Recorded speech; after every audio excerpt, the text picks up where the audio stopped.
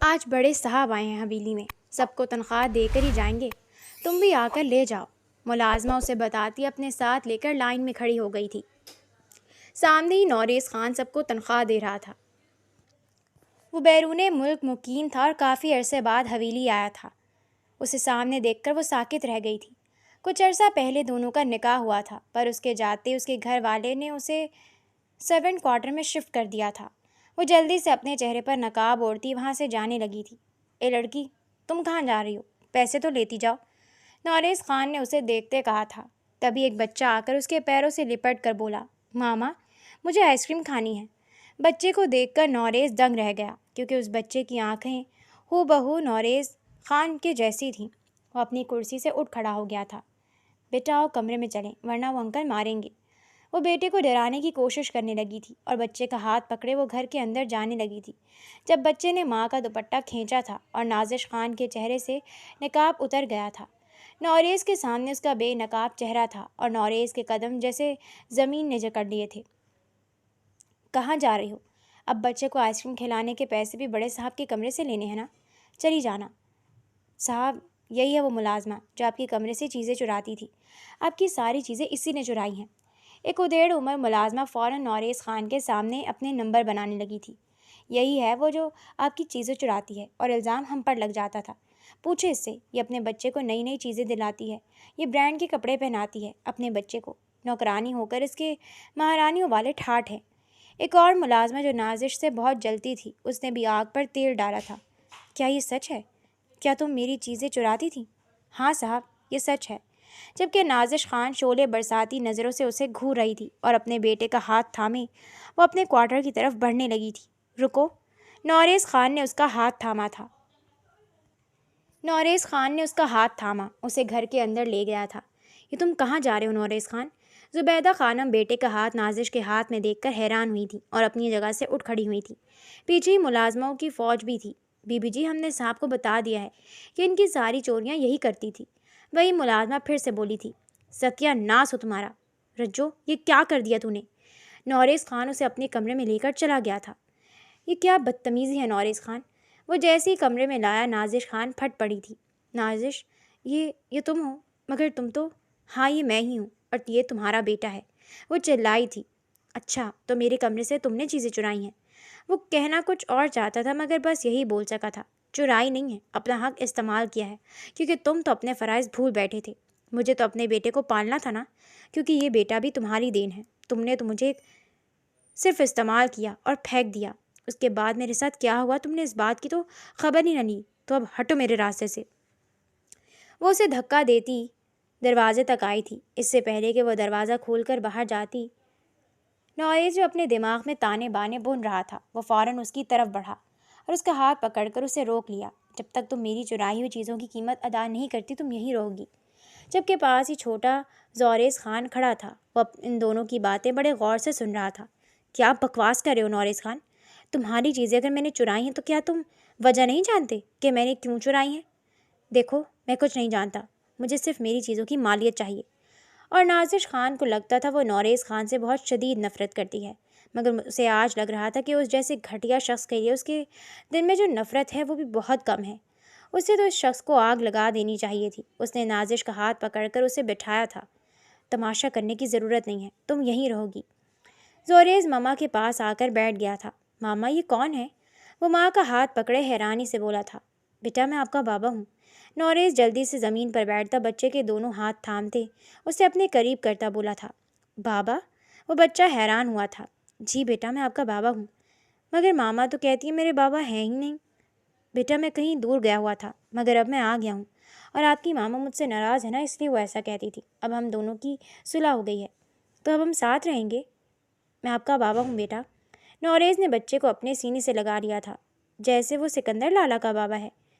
زوریز خان آنکھیں پٹپٹاتے ہوئے باپ کے سینے سے لگا ہوا اچانک بولا تھا۔ پہلے تو نوریز کو سمجھ نہیں آئی تھی وہ کس کے بارے میں بات کر رہا ہے۔ وہ نوریز خان کے بھانجے سکندر کے بارے میں بات کر رہا تھا۔ جی ہاں، بالکل ویسے ہی میں آپ کا بابا ہوں۔ اچھا، وہ تو اپنے بیٹے کے لیے پھر کھلونے اور چاکلیٹس لے کر آتے ہیں اور اس کو گاڑی میں بھی بٹھاتے ہیں اور اپنے ساتھ بٹھا کر کھانا بھی کھلاتے ہیں۔ اس نے آج تک سکندر خان کو اپنے باپ کے ساتھ جو کچھ کرتے دیکھا تھا، سب کچھ گنوا دیا تھا۔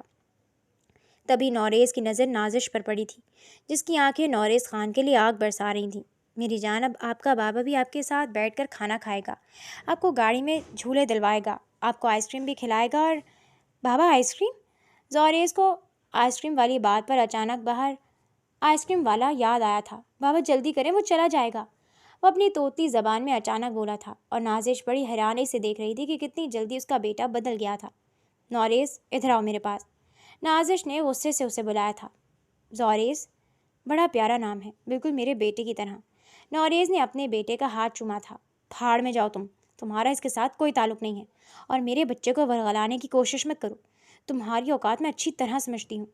اس کی آنکھوں کے ساتھ اس کی زبان بھی آگ برسا رہی تھی۔ نوریز نے اس کی طرف نہیں دیکھا تھا۔ آ جاؤ زوریز، ہم آئس کریم کھانے چلتے ہیں۔ ہاں بابا جلدی چلیں، وہ چلا جائے گا۔ اگر وہ چلا گیا تو کوئی بات نہیں، ہم اس کے پیچھے چلے جائیں گے۔ وہ اس کی انگلی تھامے باہر کی طرف بڑھا تھا، اور باہر جاتے ہوئے اس نے دروازہ لاک کر دیا تھا، جس پر نازش نے سٹپٹاتے ہوئے دروازے پر آ کر کھٹکھٹایا تھا۔ اسے سمجھ نہیں آئی تھی یہ اس کے ساتھ کیا ہو گیا ہے۔ عجیب مصیبت میں وہ پھنس گئی تھی۔ وہ کمرے سے باہر نکلا تھا۔ زلیخا اماں کدھر ہیں؟ نوریز خان نے باہر آ کر اپنی ایک ملازمہ کو آواز دی تھی، اور وہ ملازمہ بھاگتی ہوئی آئی تھی۔ جی بیٹا بولیں۔ زلیخا اماں، اس کے کمرے میں کوئی نہیں جانا چاہیے، یہاں تک کہ اماں سائیں بھی نہیں، سمجھیے آپ؟ جب تک میں نہ جاؤں یہ دروازہ ایسے ہی لاک رہے گا۔ یہ تم کیا بدتمیزی کر رہے ہو نوریز خان؟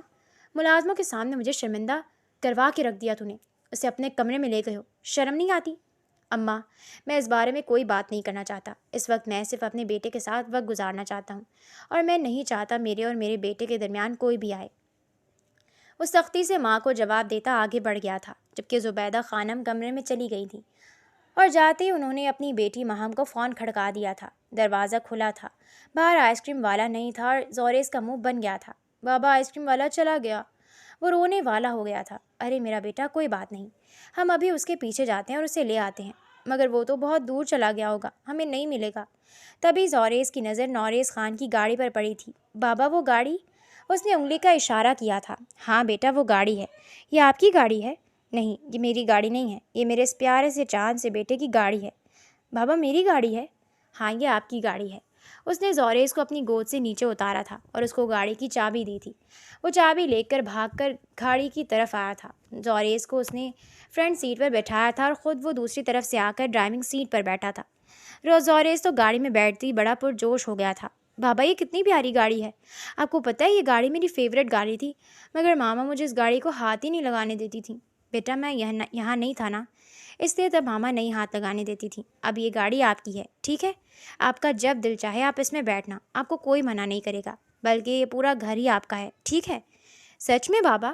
مگر وہ گندی عورت مجھے باہر نہیں آنے دیتی، وہ اچانک ہی منہ بناتے ہوئے بولا تھا۔ وہ گندی عورت؟ کون گندی عورت؟ بابا وہ ایک گندی عورت یہاں رہتی ہے، میں آپ کو دکھاؤں گا۔ اچھا جلدی چلے نا، آئس کریم والا چلا جائے گا۔ اور ایسا ہی ہوا تھا، وہ کافی دور چلا گیا تھا۔ نوریز خان شہر آ گیا تھا۔ اس نے پہلے زوریز کو اس کی فیوریٹ آئس کریم کھلائی تھی۔ زوریز خان اپنے ہاتھ سے آئس کریم کھانا چاہتا تھا، جبکہ نوریز چاہ رہا تھا کہ وہ اسے خود اپنے ہاتھوں سے کھلائے۔ نہ جانے نوریز خان کو کیا ہو گیا تھا، وہ اپنے جذبات خود بھی سمجھنے سے قاصر تھا۔ اتنے سالوں بعد اس نے اپنی اولاد کو دیکھا تھا۔ آج سے پہلے تو اسے اپنی اولاد کے وجود کا بھی علم نہیں تھا۔ وہ ابھی چند لمحے پہلے اولاد کی نعمت سے آشنا ہوا تھا، اور اس وقت وہ دنیا کی ہر بات کو بھلائے ہوئے صرف اپنے بیٹے میں گم تھا۔ ارد گرد کیا ہو رہا تھا، نوریز خان اس سے یکسر لا علم تھا۔ وہ بیٹے کی ایک ایک حرکت کو نوٹ کرتا محظوظ ہو رہا تھا۔ زوریز آئس کریم کھا رہا تھا، جبکہ نوریز خان اپنے بیٹے کو محویت سے تک رہا تھا، جیسے وہ دنیا کو کوئی انوکھا شاہکار ہو۔ اس کی آنکھیں، اس کی ناک، اس کے گال، اس کے ہونٹ، اس کے بال، اس کے ہاتھ، اور سب سے پیاری بات نوریز کو وہ لگتی تھی جب وہ آئس کریم کھاتے ہوئے چمچ کو چاٹنے لگتا تھا۔ اس نے اپنا سارا منہ گندا کر لیا تھا، جسے نوریز نے خود صاف کیا تھا، اور پھر اس نے بے اختیار اپنے بیٹے کو سینے سے لگا لیا تھا اور چٹا چٹ چوم ڈالا تھا۔ کھلونے بھی لینے ہیں کیا میرے بیٹے نے؟ اور وہ اسے گود میں اٹھائے آئس کریم پارلر سے باہر آیا تھا۔ زوریز نے حیرت سے اس کو دیکھا تھا۔ کیا سچ میں آپ مجھے کھلونے لے کر دیں گے؟ ہاں بیٹا، میں آپ کو ضرور کھلونے لے کر دوں گا، کیوں نہیں لے کر دوں گا؟ اور پھر وہ اسے کھلونوں والی شاپ پر لے کر آ گیا تھا۔ اتنے زیادہ کھلونے دیکھ کر زوریز خان تو جیسے آؤٹ آف کنٹرول ہو گیا تھا۔ وہ کبھی بھاگ کر ادھر جاتا تھا، کبھی بھاگ کر ادھر جاتا۔ پھر اس نے ڈھیر سارے کھلونے جمع کر لیے تھے۔ بابا یہ تو بہت زیادہ ہو گیا، ماما ڈانٹیں گی، وہ ہمیشہ زیادہ کھلونے لینے سے منع کرتی ہیں۔ کچھ نہیں ہوتا بیٹا، اب ماما نہیں ڈانٹیں گی، اور آپ مما سے کہنا کہ بابا نے لے کر دیے ہیں۔ پھر وہ بالکل نہیں ڈانٹیں گی۔ اچھا چلیں پھر ٹھیک ہے۔ وہ خوش ہو گیا تھا۔ اس کے بعد نوریز نے اس کے لیے کافی ساری شاپنگ کی تھی۔ وہ لوگ بچوں والے سیکشن سے باہر نکلے تھے، تبھی اس کی نظر عورتوں والے سیکشن پر پڑی تھی اور بے اختیار اس کے قدم اس طرف بڑھ گئے تھے۔ اس نے اندازے سے 2-3 سوٹ نازش کے لیے بھی لیے تھے۔ اس کے بعد وہ لوگ گھر کے لیے آ گئے تھے۔ زوریز اب کافی تھک گیا تھا۔ وہ گاڑی میں ہی سو گیا تھا، مگر گاڑی جیسی گاؤں میں داخل ہوئی جاگ گیا تھا۔ اس نے جیسی ہی آنکھیں کھولی تو مسکراتے ہوئے نوریز خان کو دیکھا تھا۔ بابا؟ جی بابا کی جان۔ نوریز نے بیٹے کی طرف ہاتھ بڑھایا تھا اور زوریز بابا کی گود میں آ گیا تھا۔ پھر وہ ایسی گود میں بٹھائے اسے ڈرائیونگ کرتا ہوا گھر آیا تھا۔ خالد ادھر آؤ، گاڑی سے یہ سارا سامان نکالو۔ گاڑی سے باہر نکلتے ہی نوریز خان نے اپنے ملازم کو آواز دی تھی اور وہ بھاگتا ہوا گاڑی کی پچھلی سیٹ سے کھلونے نکالنے لگا تھا۔ وہ اسے لے کر گھر کے اندر جانے لگا تھا جب زوریز نے رونے لگ گیا تھا۔ بابا میں نے ادھر نہیں جانا، ادھر جانا ہے، وہ میرا کمرہ ادھر ہے۔ اس نے سرونٹ کوارٹرز کی طرف ہاتھ کیا تھا اور اس وقت نوریز کو لگا جیسے بہت سارے خنجر کسی نے ایک ساتھ اس کے دل میں اتار دیے ہیں۔ نوریز کی ضد پر اسے ہار ماننا پڑی تھی اور وہ سرونٹ کوارٹر کی طرف بڑھ گیا تھا۔ بابا وہ انکل سے کہیں یہ کھلونے ادھر ہی لے آئیں۔ بابا میں آپ کو اپنا کمرہ دکھاتا ہوں۔ وہ کمرے کے قریب جاتے ہی باپ کی گود سے اتر گیا تھا۔ یہ دیکھیں، یہ میرا کمرہ ہے اور یہ میرے کھلونے ہیں۔ وہ اپنے باقی کے کھلونے دکھانے لگا تھا۔ ایک بات تو تھی، زوریز خان کا کمرہ ملازموں کے باقی کمروں سے الگ تھا۔ نازش نے اپنی گنجائش کے مطابق اپنے بیٹے کو بہت اچھی زندگی دی تھی۔ کمرے میں 2-4 چارپائیاں بچھی ہوئی تھیں۔ نازش کے 3-4 بوسیدہ کالے رنگ کے سوٹ لٹک رہے تھے، جبکہ ان کپڑوں کے نیچے ایک ٹرنک پڑا تھا اور اس ٹرنک کو جیسے اس نے کھولا اس میں زوریز خان کے کافی زیادہ کپڑے تھے اور وہ کپڑے کافی مہنگے بھی تھے۔ اس کے علاوہ جگہ جگہ زوریز خان کے پسندیدہ کھلونے پڑے ہوئے تھے۔ اس کمرے میں 2-4 پائیوں کے علاوہ زوریز خان کے کپڑے اور کھلونے ہی تھے یا پھر چند نازش کے وہ سوٹ تھے۔ اس گھر میں رہنے والے ملازموں کو اتنی آسائشیں نہیں دی جاتی تھیں۔ ان کو 3 وقت کا کھانا اور پہننا اوڑھنا دیا جاتا تھا۔ اس کے علاوہ ان کی بس تنخواہیں ہی تھیں اور نازش کی تو کوئی تنخواہ بھی نہیں ہوگی، یہ تو نوریز خان جانتا تھا۔ اس نے پھر یہ سب کیسے کیا؟ وہ حیران ہوا تھا۔ بابا، مما کو بلاتے ہیں۔ وہ اچانک ہی کھلونے چھوڑتا باپ کی طرف آیا تھا۔ بیٹا، ماما ادھر والے کمرے میں ہیں اور یہ کھلونے سارے ہم ادھر لے جاتے ہیں ماما کے پاس، اب ہم وہیں رہیں گے۔ مگر پاپا میرے یہ کھلونے؟ تو بیٹا ہم یہ کھلونے بھی لے جائیں گے نا، ادھر ہی لے چلتے ہیں۔ چلے ٹھیک ہے پھر۔ وہ جلدی مان گیا تھا۔ اب مجھے بس مما کے پاس جانا ہے۔ اب وہ روحاں سا ہو رہا تھا۔ ابھی تھوڑی دیر پہلے اسے مما یاد بھی نہیں تھی اور اب کمرے میں آتے ہی اسے ماں کی یاد آ گئی تھی۔ نوریز خان نے زوریز کو گود میں اٹھایا تھا، اسے گھر کے اندر لے آیا تھا، جبکہ ملازم سارے کھلونے لے کر گھر کے اندر لے آیا تھا۔ سامنے ہی زبیدہ بیگم اور ماہا بیٹھی تھی۔ نوریز میری بات سنو۔ اماں سائیں اس وقت میں بہت مصروف ہوں، فری ہوں گا تو آپ کی بات سنتا ہوں۔ اور خالد یہ سارے کھلونے ادھر رکھ دو۔ زلیخا اماں، یہ سارے کھلونے آپ میرے کمرے میں لے آئیں۔ زلیخا اماں وہ سارے کھلونے اور شاپنگ بیگ اٹھا کر کمرے میں چلی گئی تھیں۔ اماں یہ ساری چیزیں ادھر بیڈ پر رکھ دیں۔ ان کو 2-3 چکر لگے تھے، تب جا کر وہ ساری چیزیں مکمل ہوئی تھیں۔ پھر وہ چلی گئی تھیں اور زوریز خان باپ کی گود سے اترتے ہی ماں کے پاس آ گیا تھا۔ ماما یہ دیکھیں، یہ میرے کھلونے۔ وہ ایک ایک چیز اس کو دکھا رہا تھا اور نازش زبردستی کی مسکراہٹ چہرے پر سجائے بیٹے کی ساری چیزیں دیکھ رہی تھی۔ ماما یہ سب بابا نے لے کر دیے ہیں، وہ بڑی خوشی سے بتا رہا تھا اور نازش کو نہ جانے کیوں بیٹے کی یہ بات چبھی تھی اور اس نے کرب سے نظریں جھکا لی تھیں۔ یہ والے بھی کھلونے اچھے ہیں، مگر ماما یہ والے کھلونے بہت زیادہ پیارے ہیں۔ وہ پرانے کھلونوں کی طرف اشارہ کرتا بولا تھا۔ وہ فوراً ہی ماں کی اداسی سمجھتا اسے دلاسا دینے لگا تھا، جس پر نوریز خان حیرانی سے اپنے ننھے بیٹے کو دیکھ رہا تھا۔ پھر وہ ماں کی گود میں چڑھ گیا تھا۔ ماما کیا سچ میں بابا ہمارے ساتھ ہی رہیں گے؟ وہ یاد آیا، بابا ہم نے مما کے لیے آئس کریم بھی لی تھی۔ بیٹا وہ تو پگھل گئی ہوگی۔ وہ جلدی سے بیڈ پر رکھے بیگ کی طرف بڑھا تھا۔ اس میں سے آئس کریم نکال کر نوریز نے اپنے بیٹے کی طرف بڑھائی تھی۔ چلو یہ لو ماما کو کھلاؤ۔ مجھے نہیں کھانی بیٹا، وہ نرمی سے منع کر گئی تھی۔ ماما کھا لینا، آپ کو پتہ ہے زوریز خان آپ کے بنا کچھ بھی نہیں کھاتا، مگر آج بابا کے ساتھ میں نے آئس کریم کھا لی تھی تو پھر یہ والی میں آپ کے لیے لے کر آیا ہوں، پلیز ماما کھا لیں۔ وہ آئس کریم کا چمچ بھرے ماں کے منہ کی طرف کرتا بولا تھا، جس پر نازش کو نہ چاہتے ہوئے بھی منہ کھولنا پڑا تھا۔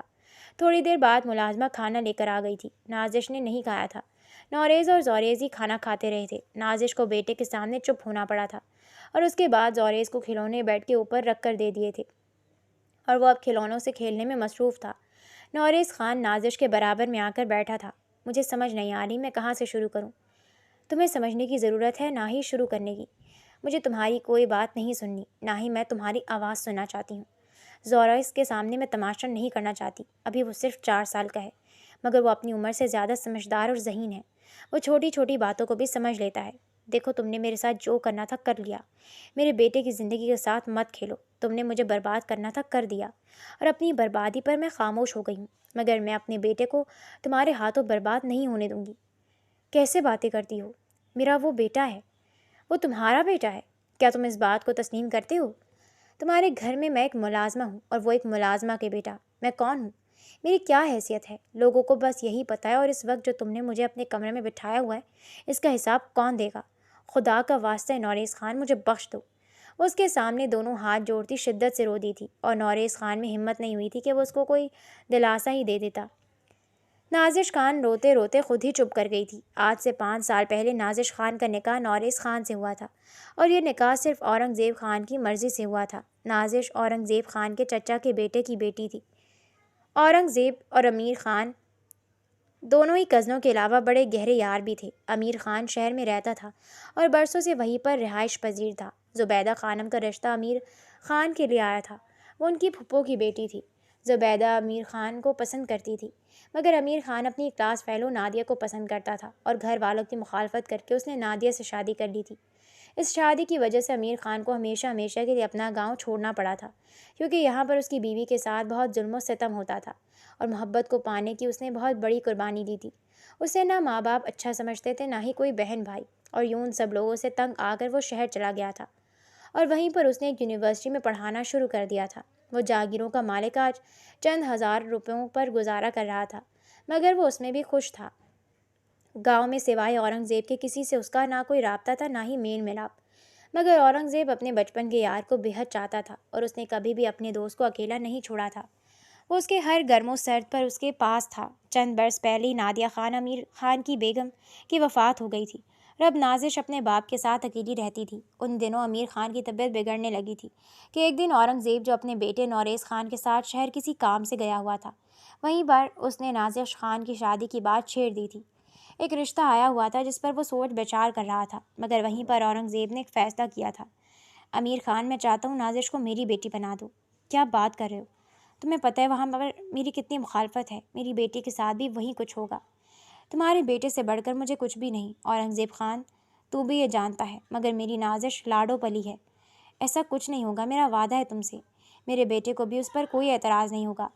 نوریز اپنے باپ کا فرما بردار بیٹا تھا، اس نے آج تک باپ کی کوئی بات نہیں ٹالی تھی۔ وہ یہ بات کیسے ٹال سکتا تھا؟ میں نازش اور نوریز کا نکاح کر کے اسے اپنے ساتھ گاؤں لے جانا چاہتا ہوں۔ نہیں، ایسے نہیں اورنگزیب خان، اس طرح ہتھیلی پر سرسوں مت جماؤ۔ تم ایسا کرو، گھر جا کر اپنی فیملی سے ایک دفعہ مشورہ کر لو، اور پھر سب کو لے آنا۔ مجھے اس نکاح پر کوئی اعتراض نہیں ہوگا۔ میں نہیں کہتا تم بارات بینڈ باجوں کے ساتھ لاؤ، مگر تمہارے ساتھ کم از کم بھابھی کو تو ساتھ ہونا چاہیے نا، اور بیٹیوں کو بھی۔ پس پردہ امیر خان یہی کہنا چاہتے تھے کہ وہ زبیدہ خانم کے خلاف نہ جائیں، کیونکہ زبیدہ خانم ایک ایسی عورت تھی جو اپنی مخالفت کرنے والے کو نیست و نابود کر دیتی تھی۔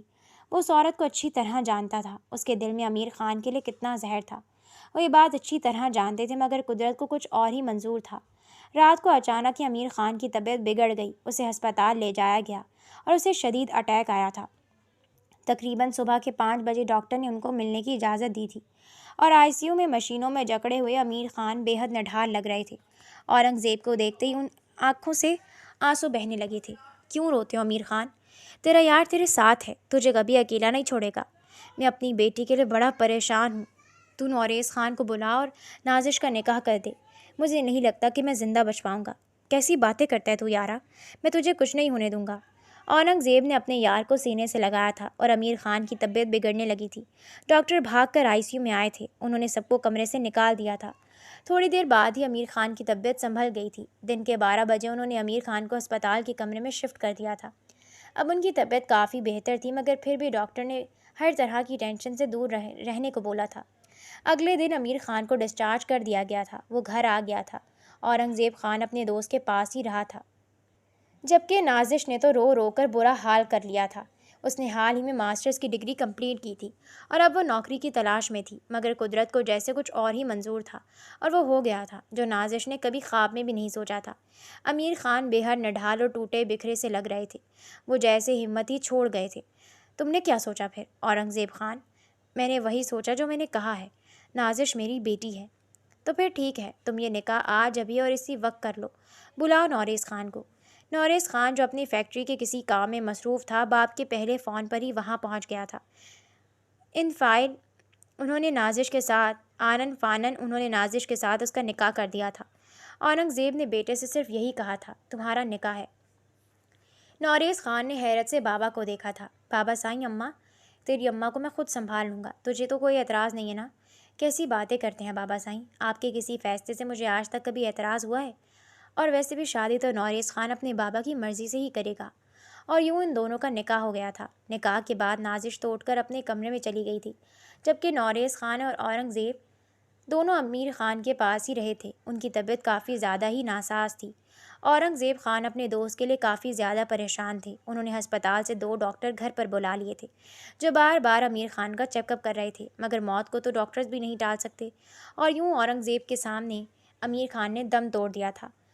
نازش کو جب ملازمہ نے جا کر بتایا کہ اس کے بابا اس دنیا میں نہیں رہے، تو وہ شدت سے چلانے لگی تھی۔ اورنگزیب نے بڑی مشکل سے نازش کو سنبھالا تھا۔ انہوں نے گاؤں فون کیا تھا، مگر امیر خان کی موت پر کوئی بھی نہیں آیا تھا، سوائے چند رشتہ داروں کے۔ اور کل خانی کے بعد وہ نازش کو اپنے ساتھ گاؤں لے آئے تھے۔ یہ کسے لے آئے ہو خان اپنے ساتھ؟ زبیدہ خانم حیران ہوئی تھی۔ یہ امیر خان کی بیٹی ہے۔ امیر خان کی بیٹی ہے تو یہ کیا ادھر رہے گی؟ ہم اسے کیسے یہاں رکھ سکتے ہیں؟ ہمارا جوان بیٹا ہے۔ مجھے پتا تھا زبیدہ خانم تم یہ بات کرو گی، اور یہ جوان بیٹا نازش خان کا شوہر ہے۔ میں نے اس کا نکاح نوریز خان کے ساتھ کر دیا ہے۔ نوریز، اپنی بیوی کو اپنے کمرے میں لے جاؤ۔ انہوں نے نازش کا ہاتھ نوریز کے ہاتھ میں دیا تھا۔ نوریز خان چپ چاپ اسے کمرے میں لے آیا تھا۔ بعد میں زبیدہ خانم اور اورنگزیب کے درمیان جو دنگا فساد ہوا، وہ ایک الگ داستان تھی۔ نازش کو آج سے پہلے نوریز خان نے نہیں دیکھا تھا۔ وہ جانتا تھا امیر خان چچا کی ایک بیٹی ہے، مگر اس سے کبھی اس کی ملاقات نہیں ہو سکی تھی، کیونکہ ان کے گھروں کا ایک اصول تھا کہ مرد چاہے رشتہ دار ہو یا کوئی دوست احباب، مردانے میں ہی رہتے تھے، اور نوریز خان بھی کبھی گھر کے اندر نہیں گیا تھا۔ یہاں تک کہ وہ تو چچی سے بھی بس 1-2 بار ملا تھا۔ یہی وجہ تھی کہ نازش کو آج سے پہلے اس نے نہیں دیکھا تھا، اور آج دیکھا تھا تو وہ دیکھتا ہی رہ گیا تھا۔ اتنا مکمل حسن! نوریز خان اسے محویت سے تکتا ہوا بے اختیار اس کے ماتھے پر اپنے لب رکھتا ہلکا سا گنگنایا تھا، میری خانم، تم بھی جانتی ہو اس رشتے میں بہت ساری گنجلک ہوں گی، مگر تم فکر مت کرنا، نوریز خان تمہاری ذات پر آنچ بھی نہیں آنے دے گا۔ تم میری بیوی ہو، میرے لیے قابل احترام ہو، مگر اس سے بڑھ کر تم چچا کی بیٹی ہو، میرے وہ چچا جو میرے بابا کے جگر ہیں، اور میرا وعدہ ہے میں کبھی تم پر آنچ نہیں آنے دوں گا۔ نوریز خان نے نازش کو خود میں سمیٹ لیا تھا۔ اگلے دن نوریز خان نے ایک ضروری میٹنگ کے لیے واپس شہر جانا تھا، مگر اورنگزیب خان نے اپنے بیٹے کو گھر پر رہنے کی تاکید کی تھی۔ تم آج گھر ہی رہو، میں جاتا ہوں، یہ میٹنگ میں دیکھ لوں گا۔ مگر بابا آپ کیسے کریں گے؟ آپ کو تو ان چیزوں کا پتہ ہی نہیں ہے۔ اورنگزیب نے برسوں سے یہ کام چھوڑ دیا تھا۔ تم پاگل ہو گئے ہو کیا؟ تم جاؤ دلہن کے پاس، یہاں کم از کم بھی 3 دن لگ جائیں گے شہر میں، اس سے میں سارا کام سنبھال لوں گا، اور تو اپنے باپ پر بھروسہ رکھ، فکر نہیں کر، تجھے نقصان نہیں ہونے دوں گا۔ کیسی باتیں کرتے ہیں بابا سائیں؟ وہ باپ کے گلے لگ گیا تھا۔ گاؤں کی حدود سے اورنگزیب خان کی گاڑی نکلی تھی۔ اچانک ہی ویرانے سے کچھ لوگ نکل کر آئے تھے۔ انہوں نے ان پر اندھا دھند فائرنگ کر دی تھی، اور اورنگزیب خان وہیں پر دم توڑ گئے تھے۔ یہ حملہ دراصل اورنگزیب کے بیٹے نوریز خان پر ہوا تھا، مگر اورنگزیب خان کی بدقسمتی تھی یا پھر خوش قسمتی کہ بیٹے کی جگہ وہ قربان ہو گئے تھے۔ ان کے ایک پرانے دشمن نے ان پر یہ حملہ کروایا تھا۔ ان کے گھر میں تو دیکھتے ہی دیکھتے صفے ماتم بچ گئی تھی۔ نوریز خان تو جیسے پاگل ہو گیا تھا۔ دوسرے گاؤں کا چودھری صغیر، جو نوریز خان کا بہنوئی تھا، اس نے جب سراغ لگایا تو پتہ چلا تھا کہ یہ گولیاں نوریز خان کے لیے برسائی گئی تھیں، اور ایک لوتے بیٹے کی جب جان پر بن آئی تو زبیدہ خانم تو جیسے پاگل ہو گئی تھیں۔ کل خانی کے اگلے دن انہوں نے اندھا دھند نوریز خان کی ٹکٹ کروائی تھی اور اسے لندن بھیج دیا تھا۔ اماں، میں کیسے جا سکتا ہوں آپ لوگوں کو اکیلا چھوڑ کر؟ ہم اکیلے نہیں ہیں، تیرا بھائی صغیر ہمارے پاس ہے، تو فکر نہ کر، تو یہاں سے چلا جا، میں تیرے آگے ہاتھ جوڑتی ہوں۔ اور اسے جانا پڑا تھا۔ نوریز خان نازش سے مل بھی نہیں سکا تھا۔ پہلے وہ باپ کی آخری رسومات میں مصروف رہا، اس کے بعد مہمانوں میں، اور پھر اچانک ہی اسے چودھری صغیر مہمانوں کے درمیان سے پکڑ کر ایئرپورٹ لے گیا تھا۔ اسے نازش کی فکر تھی، اور جاتے ہوئے اس نے اپنے بہنوئی کو نازش کی سپردگی ضرور کی تھی۔ لالا، میری گھر جا کر نازش سے بات کروانا، بلکہ اسے فون لے کر دینا، اور لالا، میں آپ کے آگے ہاتھ جوڑتا ہوں، نازش کا خیال رکھنا۔ اب آپ لوگ پتہ نہیں کیا کر رہے ہو، مجھے سمجھ نہیں آ رہی، مگر اماں سائی نازش کے ساتھ وہ زیادتیاں کریں گی۔ آپ کو تو پتہ ہے نا، وہ سب لوگ امیر چچا کو کتنا برا بھلا کہتے ہیں۔ تو پاگل ہو گیا کیا؟ وہ تیری بیوی ہے، اس گاؤں کی خانم ہے اور ہم سب کی عزت ہے، اور تو فکر نہ کر، وہ اپنے گھر میں ہے۔ عورتوں کی چھوٹی موٹی تو رنجشیں رہتی ہیں، اب تیری بہن کی اور میری اماں کی کتنی رنجشیں ہوتی ہیں، مگر اس کا یہ مطلب تو نہیں ہے نا کہ وہ اسے گھر سے نکال دیں گی۔ تو فکر نہ کرنا، بالکل بھی، اور میں بھی تیری خانم کا پورا خیال رکھوں گا، میرا وعدہ ہے تجھ سے، تو جا بے فکر ہو کر۔ جاتی میں تیری اس سے فون پر بات بھی کرواؤں گا۔ وہ چلا گیا تھا، مگر جیسے ہی اس نے لندن میں لینڈ کیا تو صغیر لالا کو نازش سے بات کروانے کو بولا، تو وہ آنا کانی سے کام لے رہا تھا۔ 3 دن ہو گئے تھے اسے وہاں گئے ہوئے، مگر نازش سے بات نہیں ہو سکی تھی۔ لالا کیا کر رہے ہو؟ میرے نازش سے بات کیوں نہیں کروا رہے؟ میں تجھے کس منہ سے بتاؤں، وہ اس گھر میں نہیں ہے، ہم نے بہت ڈھونڈا، میں سب کچھ چھوڑ چھاڑ کر اسی کام پر لگا ہوں، پورا لاہور میں نے چھان مارا ہے، مجھے نازش کا کوئی سراغ نہیں مل سکا۔ چودھری صغیر شرمندہ سے بولا تھا۔ کیا مطلب لالا؟ اس کی تو جان پر بنائی تھی، مجھے نہیں پتا، اماں اور ماہا نے مجھے بتایا تھا کہ وہ گھر سے بھاگ گئی تھی۔ کب بھاگی؟ کیسے بھاگی؟ ہم اس بارے میں کچھ نہیں پتا۔ ایسا نہیں ہو سکتا لالا، وہ ایسی نہیں ہے۔ اس کی آواز جیسے کسی کھائی سے آتی ہوئی لگی تھی۔ ہاں اللہ کرے ایسا ہی ہو، مگر میں کیا کر سکتا ہوں؟ اور نریز تو واپس نہیں آئے گا، ان لوگوں کو نہیں پتا کہ تم یہاں پر نہیں ہو، مگر یہاں پر بار بار کچھ غیر لوگ دیکھے گئے ہیں، خطرہ ابھی ٹلا نہیں ہے، جب تک میں ان لوگوں کو کیفر کردار تک نہیں پہنچا لیتا تم پاکستان نہیں آؤ گے۔ اس کے بعد بھی چودھری صغیر نے نازش کو بہت جگہوں پر ڈھونڈا تھا، مگر نازش کا کوئی سراغ نہیں ملا تھا۔ ادھر نوریز خان پریشانی میں دن کاٹ رہا تھا۔ زبیدہ خانم کی ایک ہی رٹ تھی کہ وہ کسی یار کے ساتھ بھاگ گئی ہے، اور آہستہ آہستہ نوریز خان نے بھی چپ سادھ لی تھی۔ پہلے زبیدہ خانم اسے پاکستان نہیں آنے دیتی تھیں، اور اب اس کا خود بھی پاکستان آنے کو دل نہیں کرتا تھا۔ اب زبیدہ خانم دن رات بیٹے کو بلا رہی تھی کہ وہ پاکستان آ جائے، ماں سے مل لے، کیونکہ ان قاتلوں کو تو انہوں نے کب کا ان کے انجام کو پہنچا دیا تھا۔ چودھری صغیر نے تب تک دم نہیں لیا تھا جب تک اس نے ان کو موت کے تختے تک پہنچا نہیں دیا تھا۔ پھر ایک دن چودھری صغیر نے ہی نوریز خان کو فون کیا تھا، اور اس فون کال پر وہ جیسے بھاگتا ہوا پاکستان آ پہنچا تھا۔ وہ ماں سے ملنے کے بعد صغیر کے ساتھ ڈیرے پر چلا گیا تھا۔ چودھری صغیر نے گھر آ کر اعلان کیا تھا کہ سب ملازماؤں کو تنخواہیں دی جا رہی ہیں، آ کر لے جاؤ۔ زبیدہ خانم اپنے کمرے میں آ کر رہی تھیں، اور سکینہ ملازمہ کھینچ کر نازش کو وہاں لے آئی تھی۔ چودھری صغیر نے سکینہ کو اس کا انعام بھی دیا تھا۔ نازش کے ساتھ کیا ہوا تھا یہ ساری سٹوری سکینہ کے ذریعے ان کو مل گئی تھی۔ جس دن اورنگزیب خان کا ایکسیڈنٹ ہوا تھا اسی دن بختو ملازمہ کے ساتھ مل کر زبیدہ خانم نے نازش خان کو اس گھر کے خفیہ کمرے میں بند کر دیا تھا۔ بختو وہاں پر سب سے چھپ کر 3 وقت کا کھانا دے جاتی تھی۔ جب تک نوریز خان یہاں سے چلا نہیں گیا تھا زبیدہ خانم نے نازش خان کو باہر نہیں آنے دیا تھا، اسے نوکرانیوں کے ساتھ سرونٹ کوارٹر میں بھیج دیا تھا۔ بختو کی ڈیوٹی لگائی گئی تھی کہ یہ گھر کے اندر نہ آنے پائے، وہ بس کپڑے دھوتی تھی یا نوکروں کا کھانا پکاتی تھی، اور یہ کھانا گھر کی پچھلی سائڈ پر بنتا تھا۔ پھر ایک دن پتہ چلا تھا کہ وہ ماں بننے والی ہے۔ اس پر تو زبیدہ خانم جیسے سیخ پا ہو گئی تھیں، مگر وہ کچھ کر نہیں سکی تھیں کیونکہ وہ اب 5 ماہ کی حاملہ تھی۔ ان کی ایک نوکرانی سکینہ نازش خان کا دھیان رکھتی تھی۔ بختو کی ہر وقت نازش خان پر نظر رہتی تھی، اور نازش خان کو زبیدہ خانم نے اتنا ڈرایا ہوا تھا کہ وہ کسی کو کچھ بتائے گی تو اس کے بیٹے کو اس کے سامنے کاٹ کر بوٹی بوٹی کر دیا جائے گا۔ نازش اپنے بیٹے کے لیے مجبوراً خاموش ہو گئی تھی۔ وہ اب دن رات اس گھر کا کام کرتی تھی۔ ملازماؤں کے سامنے یہی بتایا گیا تھا کہ وہ ایک نوکرانی ہے جسے کام کی اشد ضرورت تھی۔ وقت گزرتا گیا، زوریز خان بڑا ہوتا گیا۔ زبیدہ خانم کے سامنے وہ اپنے بیٹے کو کم ہی لاتی تھی، جانتی تھی ظالم عورت کا کوئی بھروسہ نہیں کہ وہ اس کے بیٹے کو بھی نقصان پہنچاتی۔ زبیدہ خانم کو بھی جیسے یقین ہو گیا تھا کہ نازش کبھی بھی کسی کے سامنے ذکر نہیں کرے گی۔ یہی وجہ تھی کہ اب وہ بیٹے کو بار بار بلا رہی تھی۔ بی بی جی، آپ صاحب کو بلا رہی ہیں، مگر انہوں نے نازش خان کو پہچان لیا تو تجھے کیا لگتا ہے میں اس کو اب یہاں رکھوں گی؟ میں اس کو یہاں نہیں اب رکھوں گی، میں سوچ رہی ہوں میں اسے ماہا کے پاس بھیج دوں، یہی کہوں گی یہ ملازمہ ہے اور مجھے نہیں لگتا اب یہ بولے گی، اگر بولے گی تو زبان کے ساتھ اس کے بیٹے کا گلا بھی کاٹ دینا۔ جب گھر میں سب لوگ سو جاتے تھے تو نازش خان اکثر نوریز خان کے کمرے میں جاتی تھی، اور اس نے وہاں سے نوریز خان کی کافی قیمتی چیزیں چرائی تھیں، گھڑی، پرفیوم اور کچھ اس کے کپڑوں کو کاٹ کر اس نے اپنے بیٹے کے لیے کچھ کپڑے سلائی کیے تھے، اور ان چیزوں کو اس نے سکینہ کے ذریعے اس کے شوہر کے ہاتھ بیچے تھے۔ وہ جانتی تھی ان چیزوں کی قیمت بہت زیادہ ہے، مگر سکینہ کا شوہر اسے آدھی سے بھی کم قیمت دیتا تھا، جس سے وہ اپنے بیٹے کے لیے کافی اچھی چیزیں خرید لیتی تھی۔ سکینہ اس کا بے حد خیال رکھتی تھی، اور سکینہ کی وجہ سے اسے اس گھر میں کافی ڈھارس بھی تھی۔ سکینہ نہیں جانتی تھی کہ وہ اس گھر کی مالکن ہے یا نوکرانی، اس لیے سکینہ کے ساتھ اس کی کافی زیادہ دوستی تھی، اور سکینہ تو اس سے اپنے ہر دکھ سکھ بیان کرتی تھی۔ اس دن وہ کپڑے دھو رہی تھی گھر کے پچھلے لان میں جب بختو اس کے پاس آئی تھی۔ دیکھو، تمہیں اب یہاں سے ماہا بیوی کے گھر شفٹ کیا جا رہا ہے، مگر وہاں پر بھی اگر تو نے اپنی زبان کھولی، کسی کو بھی یہ بھنک پڑی کہ تو نوریز خان کی بیوی ہے اور یہ بچہ نوریز خان کا ہے، تو تیرا گلا کاٹ دیا جائے گا، اور ساتھ تیرے بیٹے کا بھی، جانتی تو ہے نا؟ وہ نفرت سے بولی تھی۔ نازش کا دل چاہا تھا کہ وہ اس عورت کا منہ نوچ لے جو اس کے بیٹے کے بارے میں کیسی گھٹیا بات کر رہی تھی، مگر وہ چپ ہو گئی تھی۔ بختو چلی گئی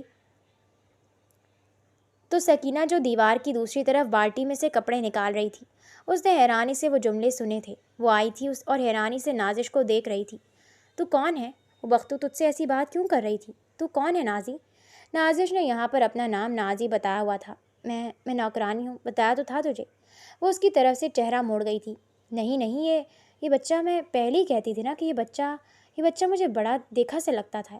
ہاں، یہ تو نوریز خان جیسا ہے۔ کیا تو نوریز خان کی بیوی ہے؟ کیا تو وہی لڑکی ہے جسے چودھری صغیر ڈھونڈ رہے ہیں؟ وہ جس سے بڑے صاحب نے اپنے بیٹے کا نکاح کیا تھا، اور سب لوگوں میں یہی مشہور ہے کہ تو کسی کے ساتھ بھاگ گئی ہے۔ نازش پھوٹ پھوٹ کر رو دی تھی۔ میں نے تجھ سے آج تک اپنے گھر کی کوئی بات نہ چھپائی، اور تو نے اپنا اتنا بڑا راز مجھ سے چھپایا۔ نازش اسے لے کر اپنے کمرے میں آ گئی تھی۔ چپ کر جا سکینہ، اگر کسی کو پتہ چل گیا کہ تجھے اس راز کا پتہ چل گیا ہے تو وہ میرے ساتھ ساتھ تجھے بھی مار دیں گے۔ بھاڑ میں جائے ایسی زندگی، اس سے بہتر ایک دفعہ ہی بندہ بہادری سے جیے۔ میں اس راز کو راز نہیں رکھ سکتی۔ تجھے پتہ ہے صغیر لالا تیرے لیے بڑے پریشان ہیں، وہ تجھے بہت ڈھونڈ رہے ہیں۔ ابھی تک میں ان کو تیرے بارے میں سب سچ بتا دوں گی۔ تو پاگل ہو گئی ہے؟ وہ بھی ان کے ساتھ ملا ہوا ہے۔ نازش کو یہی لگتا تھا کہ سب ملے ہوئے ہیں، وہ نہیں ان کے ساتھ ملا ہوا۔ میرا جو بندہ ہے نا، وہ چودھری صغیر کا خاص آدمی ہے، اور نوریز خان کا بھی۔ وہ سچ میں تجھے ڈھونڈ رہے ہیں۔ اب تک وہ تجھے ڈھونڈ رہے ہیں، ان کو اس بارے میں نہیں پتہ، اور ماہا بیوی کو بھی اس بارے میں نہیں پتہ۔ وہ خود بڑی پریشان ہے۔ کتنی دفعہ تو انہوں نے میرے سامنے رو رو کر تمہارا ذکر کیا ہے۔ سکینہ نے یہ بات اپنے شوہر سے بیان کی تھی، اور اس کے شوہر نے چودھری صغیر سے، اور چودھری صغیر نے نوریز خان کو بلا لیا تھا اور اسے یہ ساری داستان سنا دی تھی۔ چودھری صغیر کو اپنی بیوی پر شک تھا، جبکہ ماہا نے رو رو کر دہائیاں دی تھی کہ وہ اس سارے واقعے سے لاعلم ہے۔ جب نوریز خان اپنی بیوی اور بچے کو اپنے کمرے میں لے کر آیا تھا تو اس دن آخرکار زبیدہ خانم نے بیٹی کو فون کیا تھا، جس پر ماہا نے ماں کو اچھی خاصی سنا دی تھی، اور گھر آ کر بھی اس نے ماں سے خوب لڑائی کی تھی۔ اماں آپ اتنی ظالم کیسے ہو سکتی ہیں؟ وہ بھی ہمارا خون تھی، وہ ہمارے بابا کے دوست کی بیٹی تھی، اور آپ کو پتہ ہے نا بابا امیر چچا سے کتنا پیار کرتے ہیں۔ پھر وہ ہمارے نوریز کی بیوی تھی۔ کتنے سالوں تک میرا بھائی تڑپتا رہا ہے، اور وہ اس کا چھوٹا سا بچہ بھی ہے۔ اماں میں پھپھو ہوں، یہ سوچ کر مجھے اتنی خوشی ہو رہی ہے۔ آپ دادی بنی اور آپ کا ذرا دل نہیں پسیجا اپنے پوتے کے لیے؟ مائیں تو اپنے بیٹوں کی اولادوں کے لیے اپنی جان تک وار دیتی ہیں۔ آپ کیسی ماں ہیں؟ آپ ماں نہیں ہیں، آپ ایک ظالم عورت ہیں۔ وہ ماں سے لڑ جھکڑ کر وہاں سے چلی گئی تھی، جبکہ نوریز نے تو ماں سے اس بارے میں بات ہی نہیں کی تھی، نہ ہی وہ اب اس بارے میں کوئی بات کرنا چاہتا تھا۔ نازش کے ساتھ سب نے زیادتی کی تھی، اس سے بھی زیادہ زیادتی ہوئی تھی۔ لا علم رہا تھا وہ، اور وہ بس نازش کے سامنے اپنے گناہوں کی تلافی کرنا چاہتا تھا، اور وہ کر بھی رہا تھا۔ اس نے نازش کے نام پر اپنی آدھی جائیداد کر دی تھی۔ نازش، مجھے پتہ ہے میرا گناہ بہت بڑا ہے۔ میری لا علمی میں تمہارے ساتھ جو کچھ بھی ہوا وہ بہت زیادہ اذیت ناک ہے۔ میں اس سب کے بارے میں نہ جاننا چاہتا ہوں، نہ بات کرنا چاہتا ہوں، مگر میں اپنی آنے والی زندگی کو حسین بنانا چاہتا ہوں۔ نازش، میں نے تجھ سے بڑھ کر خود سے عہد کیا تھا کہ میں تیری آنکھوں میں کبھی آنسو نہیں آنے دوں گا، مگر میں اپنا وعدہ وفا نہیں کر سکا۔ نازش، اس میں میرا کوئی قصور نہیں ہے، حالات ہی ایسے ہو گئے تھے۔ اماں سائی نے مجھے مجبور ہی اتنا کر دیا تھا کہ مجھے جانا پڑا تھا۔ میں سچ کہتا ہوں، پل پل تمہارے لیے تڑپا ہوں۔ وہ ایک رات میری پوری زندگی پر محیط تھی، میں اس رات کے سحر سے کبھی نکل ہی نہیں پایا۔ اگر یہاں تم اذیت میں تھی تو وہاں میں بھی کانٹوں پر سوتا رہا ہوں۔ نازش، میں سچ کہہ رہا ہوں، یہ 5 سال میں نے بھی انگاروں پر لوٹتے ہوئے گزارے ہیں۔ میرے پاس معافی کے یا تلافی کے لیے الفاظ نہیں ہیں۔ مجھے معاف کر دو نازش، میں تمہارا محافظ نہ بن سکا۔ امیر چچا نے اپنے آخری وقت میں اپنی جگہ پر تمہارے ساتھ مجھے کھڑا کر دیا تھا۔ ان کو لگا تھا اگر وہ نہیں ہوں گے، میں تمہارے ساتھ ہوں گا تو تم محفوظ ہوگی۔ میں نے ان کو بھی شرمندہ کیا، میں نے اپنے بابا کو شرمندہ کیا، میں خود اپنی نظروں میں گر گیا ہوں۔ نازش، میں بہت بری طرح شرمندہ ہوں تم سب لوگوں سے۔ وہ اس کے سامنے ہاتھ جوڑتا سر جھکائے رو دیا تھا، اور نازش جو اس سے سخت نفرت کے دعوے کرتی تھی، اس کے آنسو پر اس کا دل بھی پسیج گیا تھا، کیونکہ وہ جانتی تھی اس میں نوریز خان کا رتی برابر بھی قصور نہیں ہے، کیونکہ نوریز خان کو تو اس بارے میں لا علم رکھا گیا تھا۔ نوریز خان تو پورے گھر میں چہکتا پھرتا تھا۔ ایک ملازمہ ہر وقت نوریز خان کے ساتھ رہتی تھی، اور یہ خاص کر زبیدہ خانم سے نوریز خان کی پہرہ داری کے لیے رکھی گئی تھی۔ چودھری صغیر اور ماہا بھی 2-3 دفعہ ان سے مل کر گئے تھے، ماہا نے ہاتھ جوڑ کر رو رو کر نازش سے معافی مانگی تھی اور صغیر اپنی جگہ خود شرمندہ تھا۔ وہ نازش کو باہر ڈھونڈتا رہا اور نازش اس کے گھر میں ہی تھی، جبکہ زبیدہ خانم سے وہ کوئی بھی بات نہیں کر رہا تھا اور رات کو ان کو خود نوریز خان کے کمرے میں آنا ہی پڑا تھا۔ یہ تم نے کیا تماشا لگایا ہوا ہے نوریز خان؟ اب مجھے بتاؤ میں ان لوگوں کو کیا جواب دوں؟ لوگ مجھ سے پوچھ رہے ہیں ایک ملازمہ کے ساتھ تیرا بیٹا کیوں رہ رہا ہے؟ اور یہ سب تب تھا نوکرانیوں نے بات پورے گاؤں میں پھیلا دی تھی کہ نوریز خان نے نوکرانی اور اس کے بچے کو اپنے ساتھ رکھا ہوا ہے۔ تو اماں، اسے ملازمہ میں نے بنایا ہے؟ وہ میری بیوی ہے۔ یہ بچہ میرے ہوتے ہوئے بھی یتیمی والی زندگی گزارتا رہا ہے، مگر اب نہیں، وہ اس قابل نہیں ہے۔ وہ میرے دشمن کی بیٹی ہے۔ اس کی ماں نے مجھے میری ہی نظروں میں گرا دیا تھا۔ میں اس کو کبھی بھی معاف نہیں کر سکتی، مگر اب یہ میری بیوی ہے۔ آپ ماں ہیں، آپ کی عزت مجھ پر فرض ہے اور یہ میری عزت ہے، اس لیے میں اسے خود سے دور نہیں کر سکتا، اور اب یہی میرا فیصلہ ہے۔ آپ کو یہ نہیں پسند، کوئی بات نہیں، میں اسے شہر لے کر چلا جاتا ہوں، آپ سے ملنے آتا رہوں گا۔ وہ نظریں جھکائے بولا تھا۔ نوریز خان ماں باپ کا فرما بردار تو تھا، مگر شاید زبیدہ خانم بھول گئی تھیں کہ نازش اس کے بچے کی ماں ہے۔ ٹھیک ہے، کل میں سارے خاندان والوں کو جمع کر رہی ہوں اور اسے اپنی بہو کے طور پر متعارف کروا رہی ہوں۔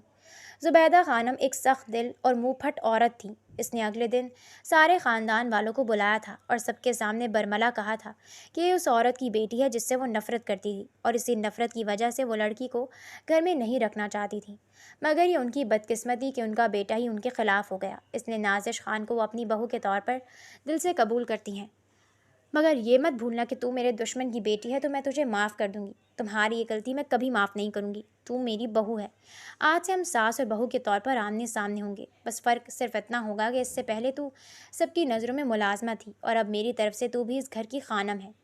اپنی بات مکمل کرتی وہ کمرے میں چلی گئی تھی، لیکن نازش خان نے حیرانی سے شوہر کو دیکھا تھا۔ فکر نہیں کرو، اماں زبان کی جتنی بھی بری ہیں دل کی بری نہیں ہیں، اور آج سے تمہیں کچھ بھی نہیں کہیں گی، کیونکہ وہ جان گئی ہیں کہ تم نوریز خان کے دل میں بستی ہو، اور جتنی میرے سامنے زبان چلاتی ہو تھوڑی سی اماں سائیں کے سامنے بھی چلا لینا۔ وہ سرگوشی میں بولا تھا، جس پر نازش نے اسے حیرت سے دیکھا تھا۔ اگر آپ میرے ساتھ ہیں، دنیا کی کوئی چیز بھی مجھے ہرا نہیں سکتی۔ وہ اس کی آنکھوں میں آنکھیں ڈالے اعتماد سے بولی تھی۔ مجھے یہی اعتماد اپنی خانم میں چاہیے تھا۔ وہ اس کے دونوں ہاتھ تھامے محبت سے بولا تھا، اور نازش خان آج نہ جانے کتنے عرصے بعد دل سے مسکرائی تھی۔